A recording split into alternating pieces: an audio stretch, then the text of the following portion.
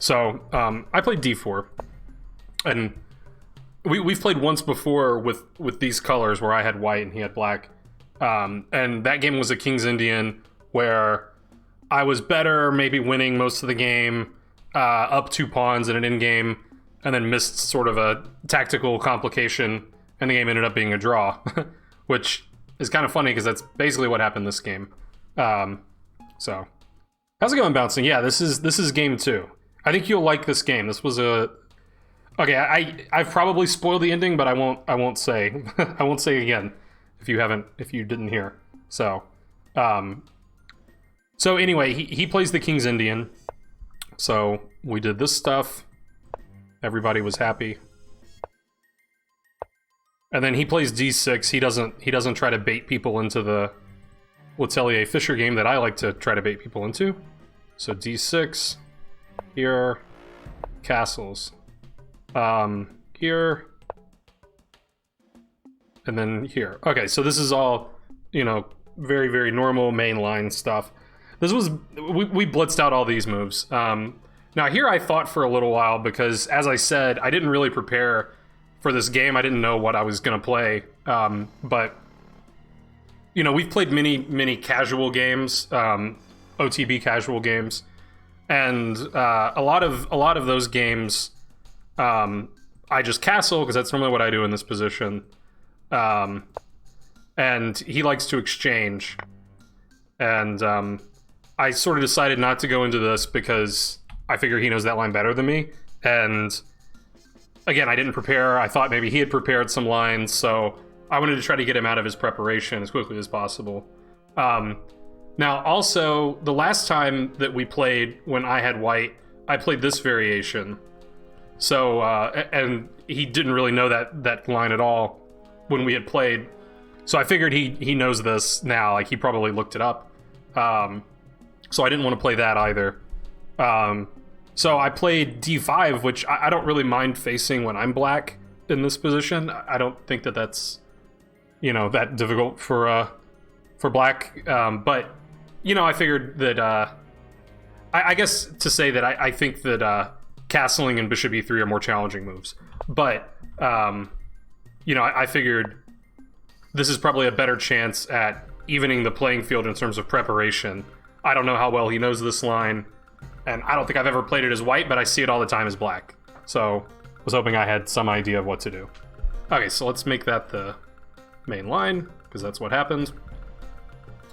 And he pretty quickly played a5, so that told me he's, familiar with the line at least a little bit. Thank you for the sub, Mythic Switch.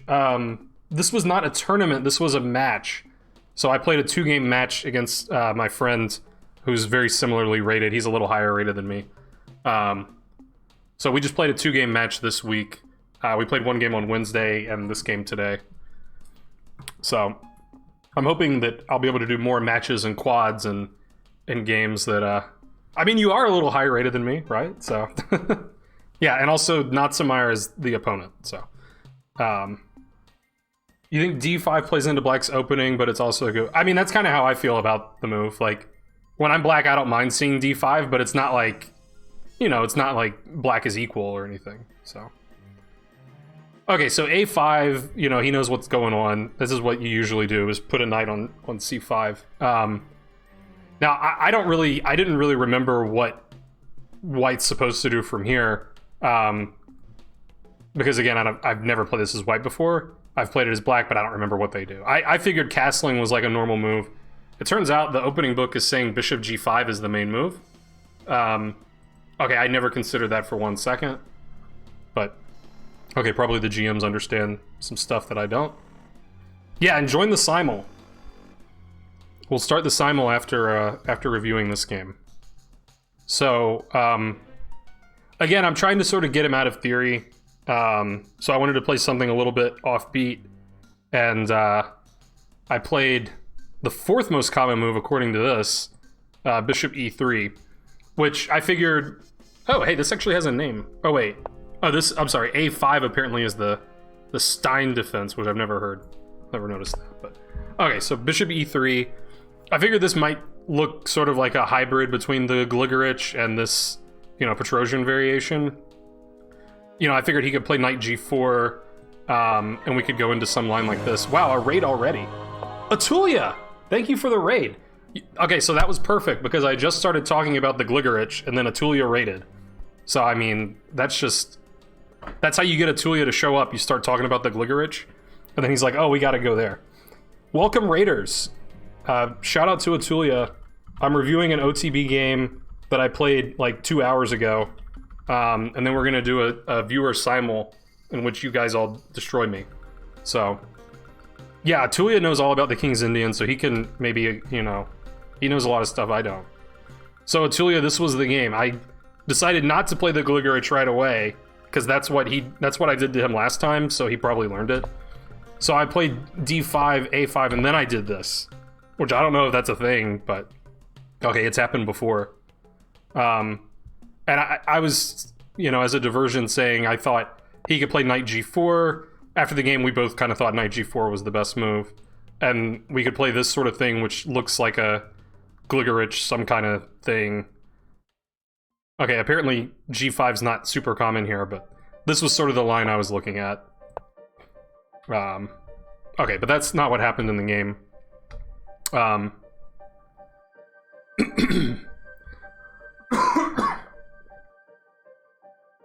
So what did happen in the game? Let's see if I can... Oh yeah, that's right.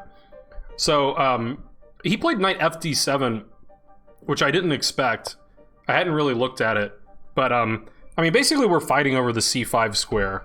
Because, black wants to do this, and I would prefer that he not do that. So, I'm trying to somehow fight back with, like, a3 and b4 and that kind of stuff.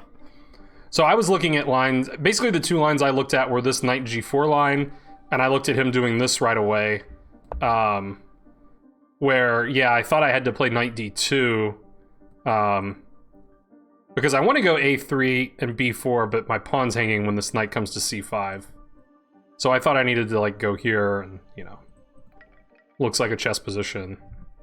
But, anyway, he played knight fd7, so that's another way to try to fight over, fight for c5. Yeah, and I thought a long time here. Also, this move sort of makes sense because, black often wants to play f5. So, this was probably my biggest think of the game, just because I wasn't sure which way I wanted to, so that was one thing I thought about bouncing. I did consider h4. But, I was just a little, hesitant because... I figure if I weaken my king's side, it's not clear that my king is actually going to be safe on the queen's side. Because, usually, or often in the King's Indian, white is able to do this, but I thought maybe here I wouldn't be able to so easily, because black has such good control over c5. So I thought black could actually try to play on the queen side with, like, c6 and b5 or something. And, then it wasn't clear to me if my king was going to be safe. But... okay, that could be a position where neither king is safe, so... You would probably play knight d2 and f3. Well, that's good, because that's what I did. Thank you again for the raid, Atulia. I really appreciate it. Have a good one.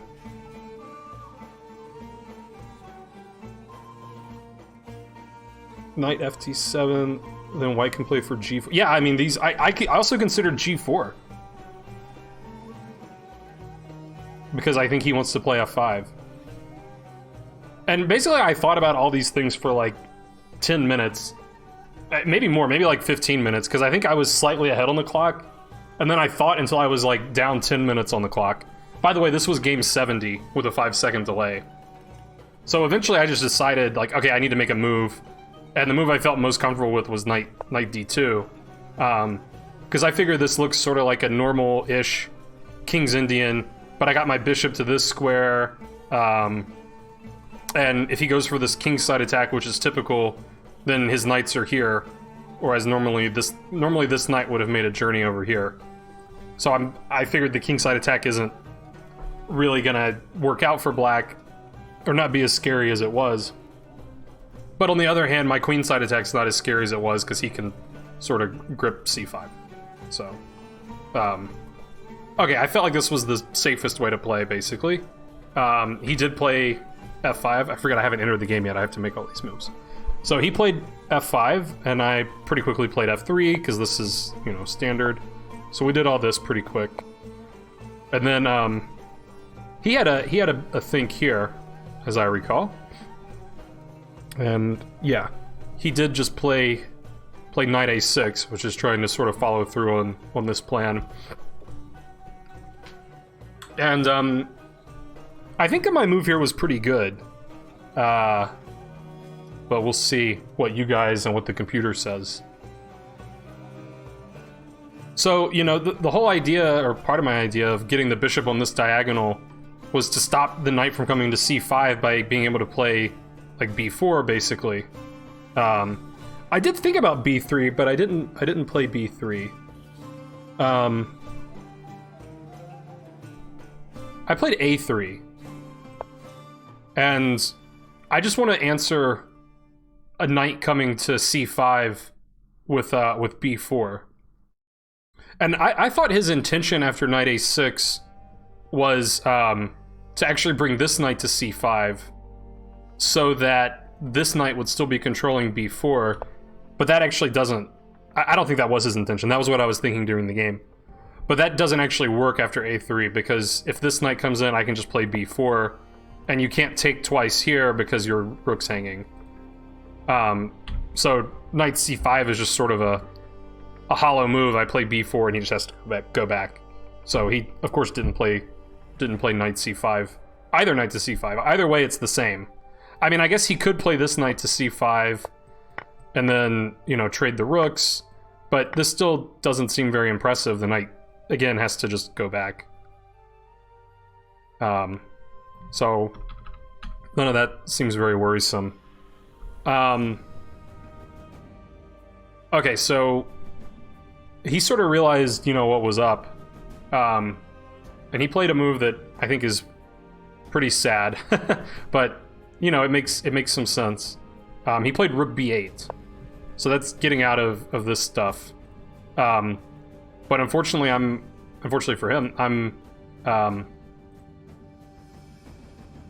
yeah, I'm almost ready to go here, so. After 10 f3, there apparently was bishop h6. Yeah, I don't think I ever considered that. I'm guessing you're looking at the computer already. Wait, really? I don't get it. Okay, so bishop h6, I take, and you play f5, and then you win my bishop later? That is a funny move. I don't feel bad for missing that. Okay, so he played rook b8. Let's make that main line.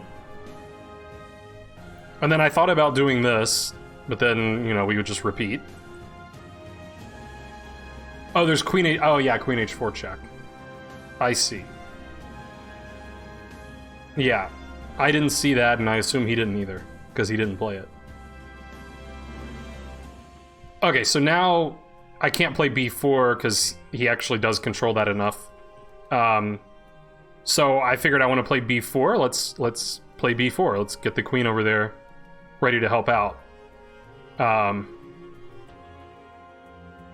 Yeah, I mean, I think basically he was having trouble finding a plan in this phase of the game. He played b6, which is again sort of looking to control c5, but it doesn't really stop my idea. So I played b4, and, you know, I think this is pretty good for white, and he agreed after the game. But I think he made a decision here that took it from pretty good to, like, white's winning. Yeah, that was a cute move, bishop h6. So he surprised me here. He took pretty quickly. And when he did, I didn't realize that he really can't take, but I didn't think he would. And it sort of worried me that, like, maybe I missed something. Like, maybe there was some tactical reason that he could get away with this. But, I mean, I think this just benefits white. I mean, I know it benefits white, because the rook's open, and I didn't realize this before the exchange of pawns happened, but as he was thinking about his move here, I realized that that c5 just wins this knight, unleashing the bishop. There's no way to defend. If the rook comes back to defend, then we play b5. So c5 is going to win material. And yeah, I think he realized that at this point and started looking for counterplay, which he found.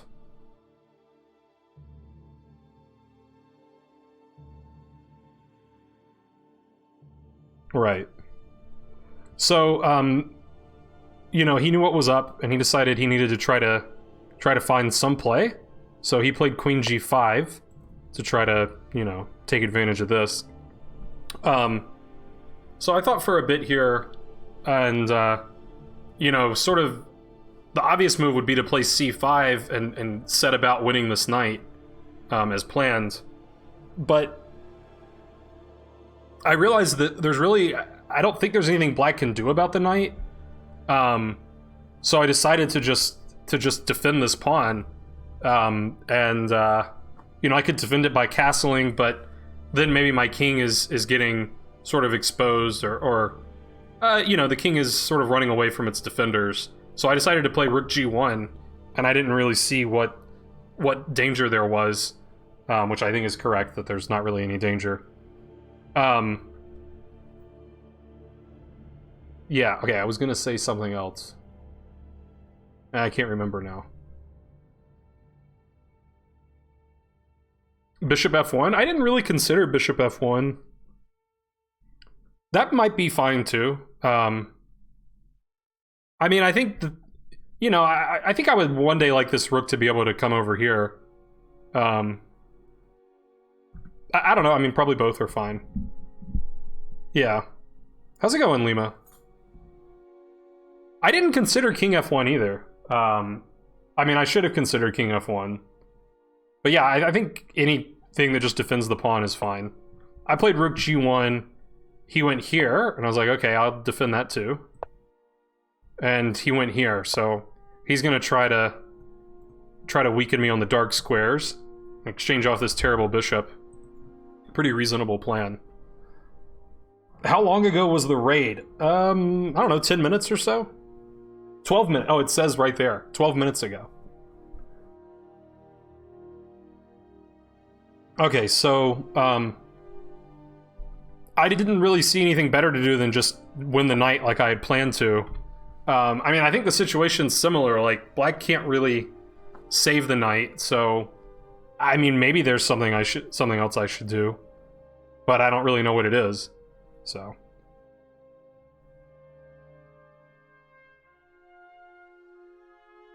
yeah. See, I don't know the French at all, but that's good. That's good intel. Maybe king is better on c2, and white rooks can play. Yeah.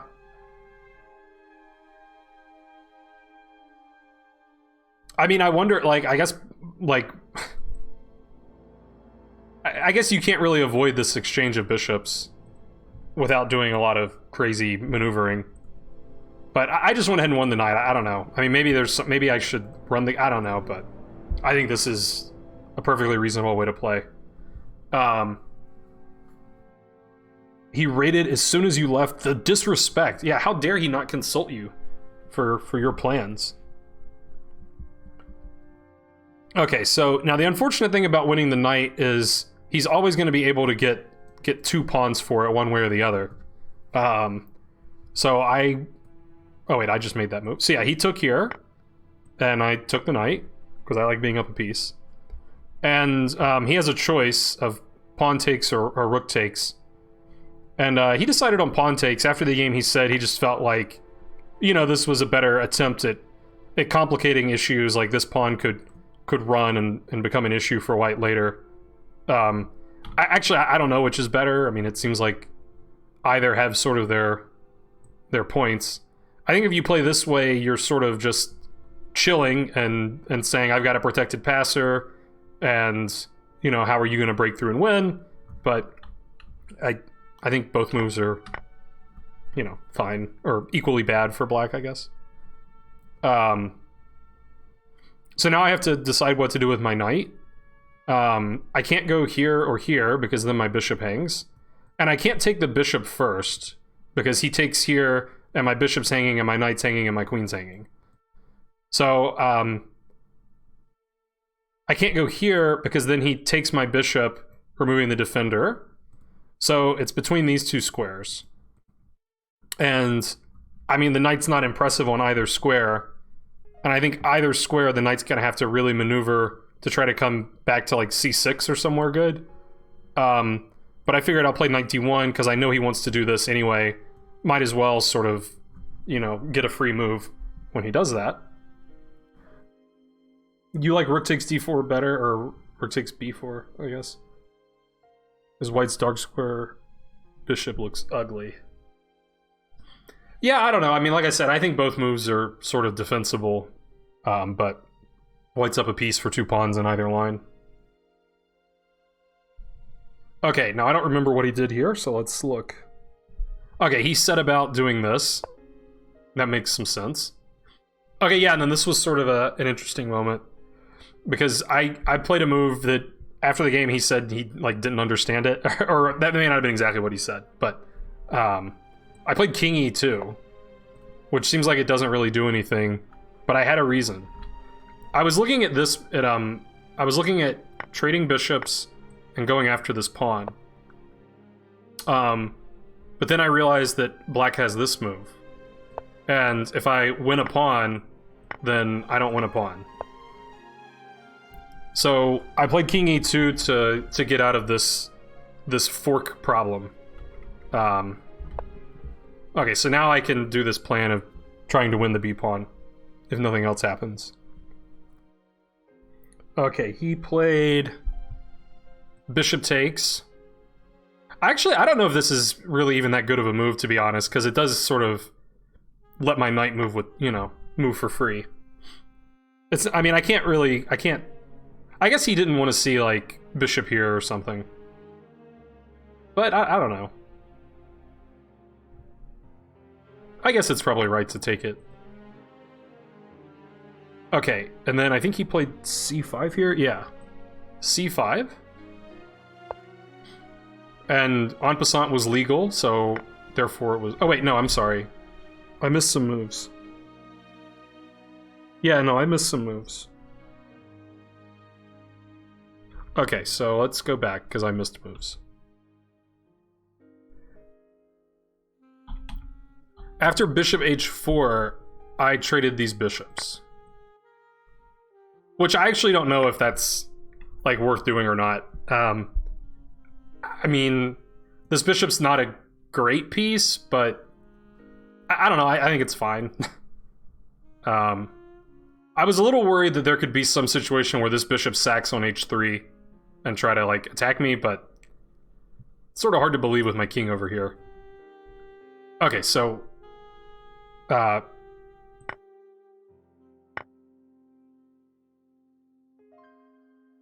so this is the main line. But I didn't do that. This is where I played king e2, right? Yeah, king e2, this is what happened.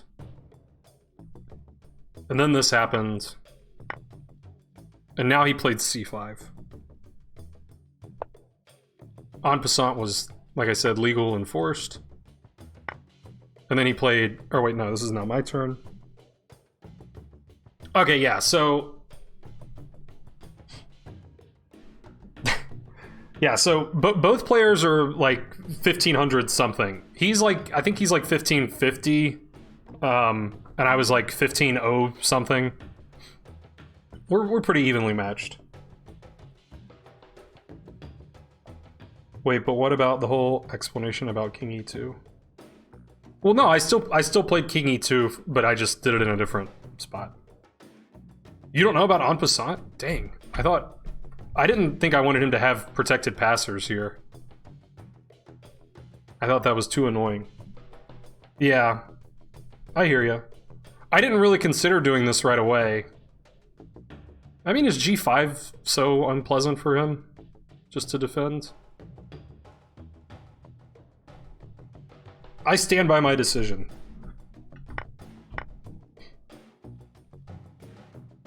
Rook a7 in this position? Well, I played Rook a7 in this position. I played Rook a7. Because I'm starting to do stuff to his king, hopefully. I also really strongly considered Rook c8, c1. Because I figure if I just trade all the pieces, I can eventually win his pawns. But... okay, well then, yeah, that's what happened. After en passant, I did play Rook a7.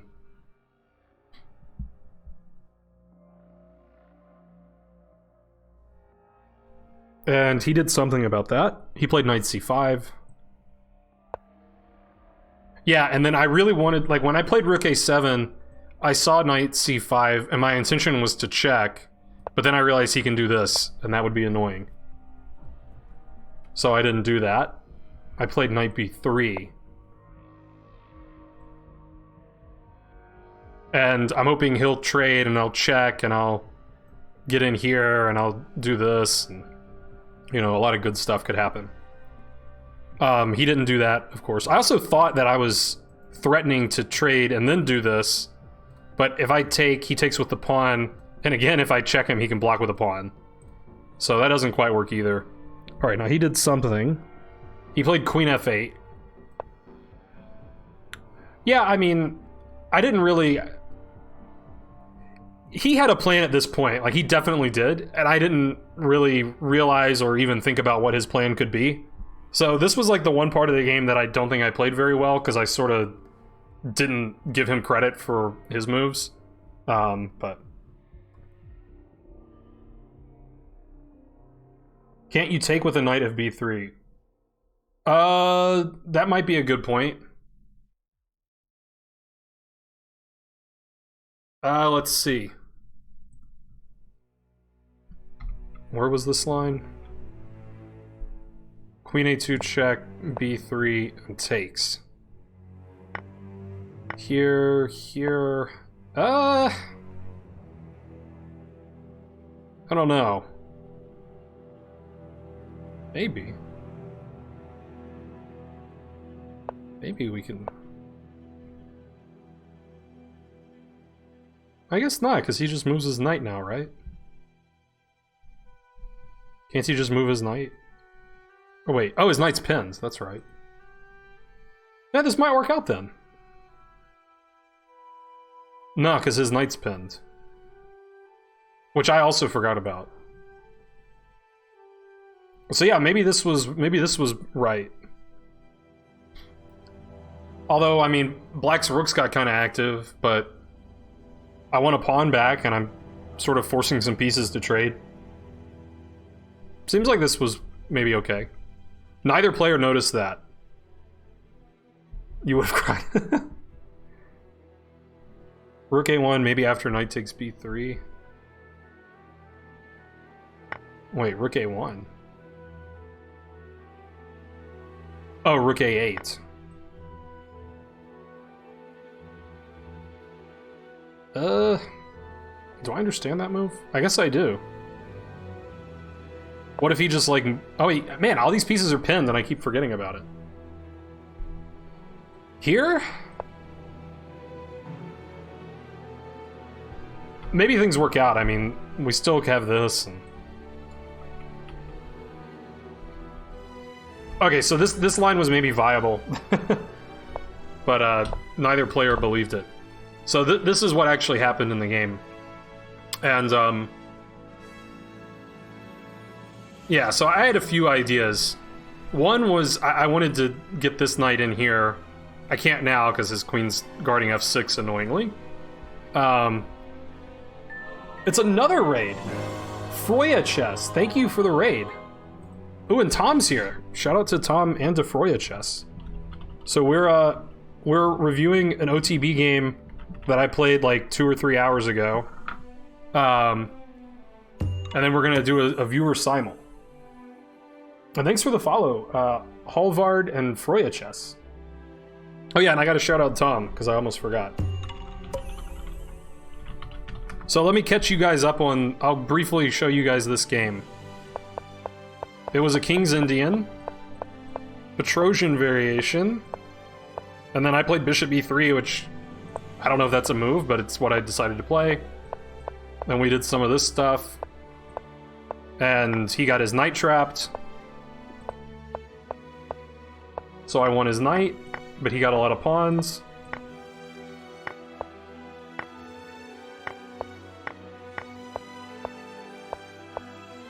Okay, and then this is what we're looking at. This is the current position. Yeah, King's Indian is great. Knight g4 after bishop e3 you thought was supposed to be good for black. Yeah, I mean, that... We sort of agreed after the game that probably he should have played knight g4, but I think it's like, okay. Black plays bishop g5, and it's just a line. I don't think it's like good for black, but I think it's fine for both sides. Okay, so... One of the first things I wanted to do was play rook c1, because it looks like that does stuff. But rook c1 is, I think, a blunder, so I'm glad I didn't do that. After rook c1, he can take here, and if I take his rook, he has this fork. So luckily I saw that and didn't do any of that. What else did I think about? I mean, I'm sure I thought about knight g4. But if I do knight g4 now, I don't have a threat. I'm not threatening knight f6, so you can just play h5. So I decided to play rook d1.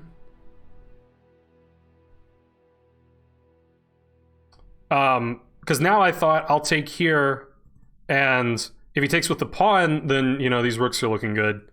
And if he takes with the rook, then I could just take this pawn, and then I get my rook here anyway. I thought that looked good. Okay, he played queen c8, which I thought nothing of. And yeah, this is like I was saying, this was the one part of the game where I don't think I played very well because I didn't really give my opponent credit for his moves. I was just like, okay, he's defending his knight some more, and, you know, I didn't really see the idea, but there's big ideas. So, okay, wait, rook takes d6... Queen d6. Wait, what are you guys talking about?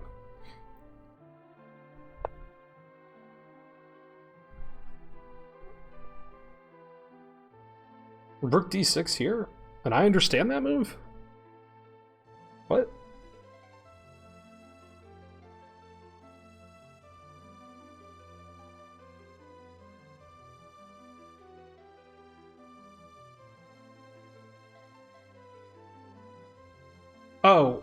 Oh, well, I meant, okay, I don't know. Probably my analysis was bad. Either that or I did that analysis in this position. I don't know, probably all my analysis was bad. That's the most likely. I'm with you now. I guess either my analysis was terrible or I just assumed his queen wasn't going to stay on f8. Probably my analysis was bad. Okay, so here I was like, whatever, that move... Okay, he's defending, no big deal. But I really wanted to get my knight to f6 so that I could checkmate him. With this, like, Arabian mate. So I sort of tunneled on that idea. Wait, did I miss a move? I did miss a move. I thought something was up. Okay, I didn't play rook d1 here. I played queen a2. Which changes the position a little bit. Because now I'm threatening to take and check and terrible things. He played king h8, and then I played rook d1. Wait, what happened? Yeah, here we go. Okay. So it was this position. Now he played queen c8. Yeah. This looks right. Okay. So, again, I wanted to play this because I thought that was like, you know, if I played knight f6, he has to like give up his queen and not good. So I played here, oblivious to any danger or anything.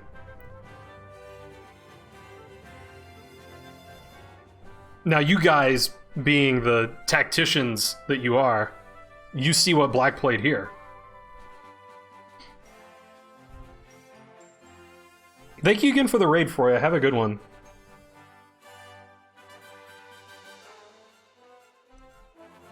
Knight takes knight, and probably he means rook c2 check? That is not correct. Knight takes e4, now you're talking. Knight takes e4. Now, this was the funniest part of the game for reasons that I didn't explain yet. So we played this game at the local public library, and the library has these study rooms. It's just like a little room that's big enough for like maybe 5 people if there's not a global pandemic, but in a pandemic, probably only like 2 people. So we reserved one of those rooms to play the game so that, you know, the kids wouldn't be too noisy other places in the library. But the library doesn't let you reserve the room for more than 2 hours. So this was game 70, so the game could go 2.5 hours, maybe 3 hours because of the 5-second delay. So we sort of knew that it's possible that they're going to kick us out of the room in the middle of the game. And wouldn't you know it, in this position, the most critical position of the game, probably, the guy knocked on the door and was like, "You got to get out. You got to get out of the room." So we had to pause the clock and take down the board and move to a table like out in the open, not in a room at all, and like replay the game and set everything back up and continue from this position. It was a setup to get me more time, yeah. No, I mean, I really did like halfway try to think about the game in my head as we're doing all that stuff, but I can't hold the position in my head and calculate. So yeah, we adjourned the game for about 5 or 10 minutes. Just set the game back up outside. Yeah.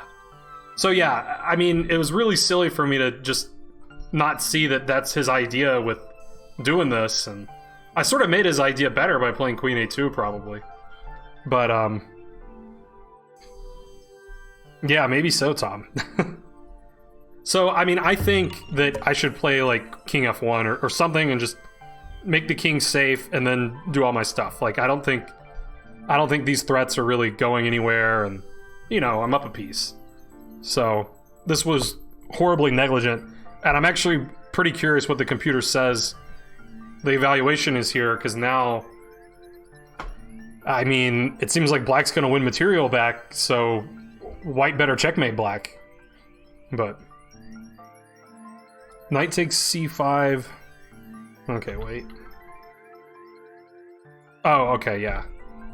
Yeah, I just felt like that's sort of, you know, I mean, I guess that's fine. I don't know why I... Yeah, I mean, now I can't... That's probably what I was thinking when he did this, was like, oh, he's making it so that after this, I can't just grab a pawn because there's a fork. I think that was like the end of my analysis. If white tried rook d2, knight b3, queen b3, rook c3. That looks annoying.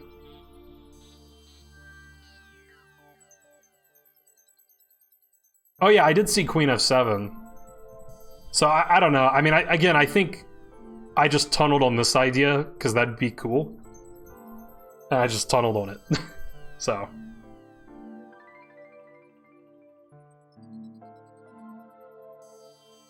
Okay, so anyway, knight g4 happened. We took down the board and set it up elsewhere.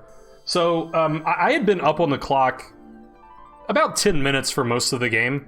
And in this position, I had 18 minutes left, and he had 12 minutes left, or a little over 12, I think, when we were interrupted. So we set it back up, and I did some calculating, and I sort of knew that this is still in the air. Like, if I just move the king, the knight has to move, and then I can play this, and I have threats. So, I mean, the first variation I analyzed was this one. And,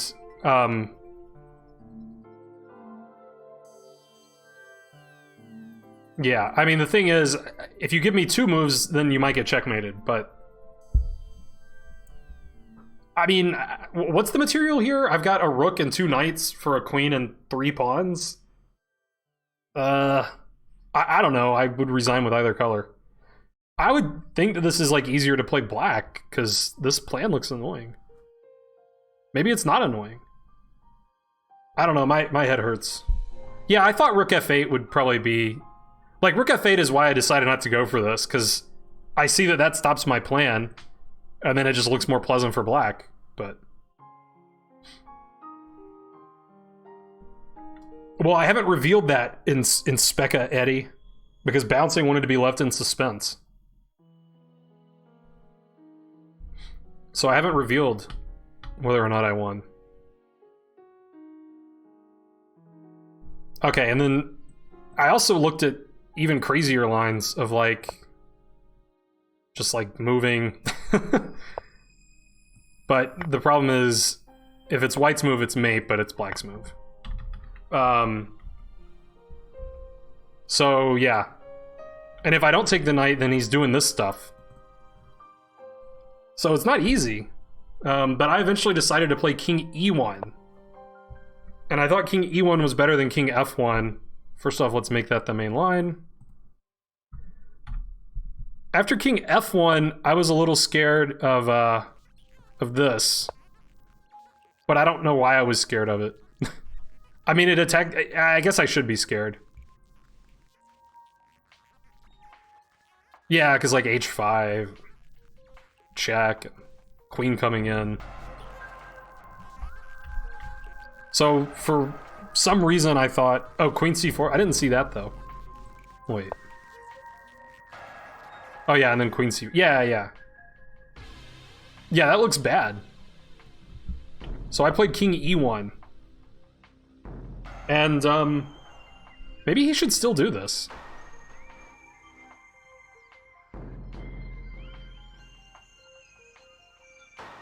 Probably he should, right? Well,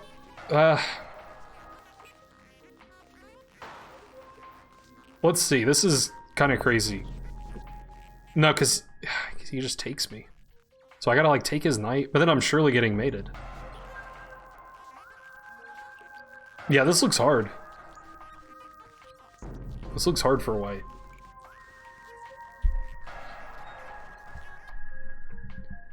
I assume I get mated.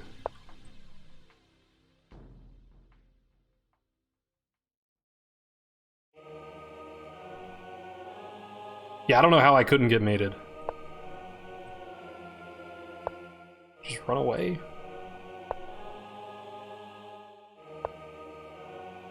Oof. Yeah, it doesn't look good.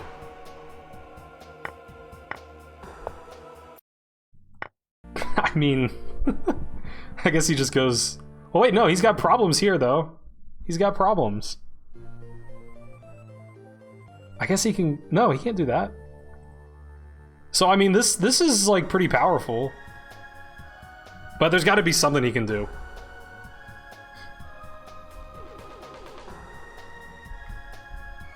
There's gotta... there has to be something. But I don't know what it is. Queen H1 check? Wait. Where was Queen H1 check legal? Probably have to trade a rook for the queen earlier. Yeah.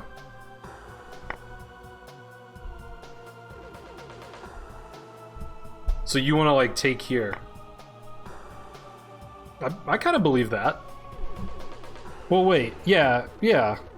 Because if I take, then I'm not mating you.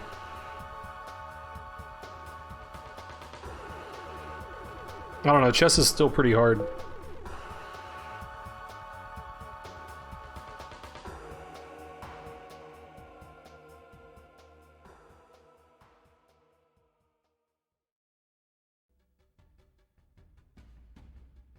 Yeah, this looks good for black, though. What do I do? I mean, if I do this... He's got so many pawns. Or maybe even here. Yeah, this looks good for black. Okay, so luckily he didn't do any of that.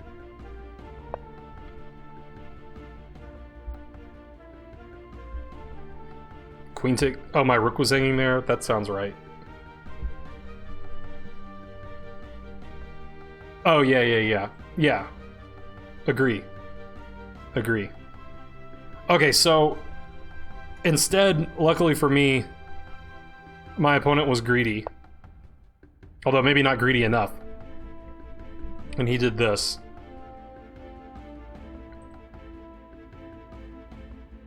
So, I'm trying to remember all my analysis. My first idea was to do this, because that's what I had been wanting to do the whole time. But after knight f6, he just plays rook c7, and that, like, destroys all my ideas. So I moved the queen, and this wasn't just a random square. Now I'm stopping rook c7. And again, my opponent was greedy, and he opined after the game that this move is bad. And I would tend to agree. Because now, rather than taking the knight, I played knight f6. And now it's annoying. Dun, dun. But he can defend. He can play rook to b7 and stop it that way. And, no, this was not where he offered a draw. So yeah, now there's a lot to think about. I could take and then go here, but I couldn't really find anything convincing after king g7. Let's explore.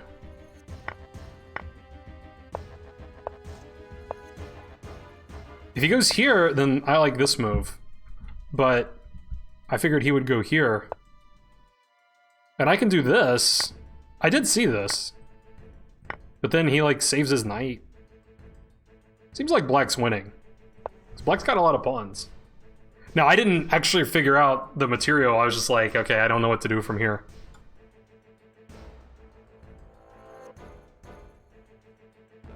I don't think I can do that, KRV. I think Lichess does not allow that to happen. Okay, so I decided not to go into that line. And then I realized, at first I thought I was like, yes, I'm winning his queen, and I was like, wait, he can just block? So eventually I decided I'll play rook a8, and I thought he had to play rook b8. And I was like, I saw the draw that Alonso is perhaps jokingly, perhaps seriously, I don't know, recommending. Like, I saw that, and he played rook b8, and he offered me a draw.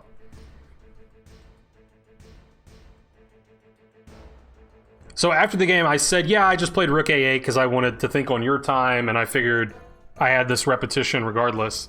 And then he said that he doesn't have to play rook b8 here. And I was like, oh, really? And he said, yeah, I can play knight e3. And we can go into this position. And I was like, yeah, I don't know who's winning. This is too hard. So I don't know. This is another position we gotta check with a computer, because my head hurts just trying to think about this. It's too hard. Oh yeah, and we're both under like 8 minutes, so literally any result could happen. Isn't queen a7 good after rook b8? Well, Lima. Well, I played queen a7. And yeah, I think now the game's over. Which was lucky for me. It took me a long time to find queen a7. I probably spent like 3 or 4 minutes out of my 10 or 9 that I had. But yeah, now I'm threatening this, which obviously has to be dealt with. And I'm also threatening to win this rook, and this knight's also still hanging.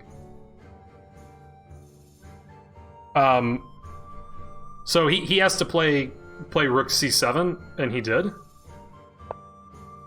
And now I was trying to decide which capture is best. And I think it does make a pretty big difference. So who dares take the rook, and how do you take it? Probably the more than one move wins, but one move looks really good to me. How's it going, Josh? What do you mean? Perfectly normal. Perfectly normal. Yeah, so Tom and bouncing see what I saw, which is takes, only move, and then this fork. This is what happened, and my opponent resigned here. So I did somehow win.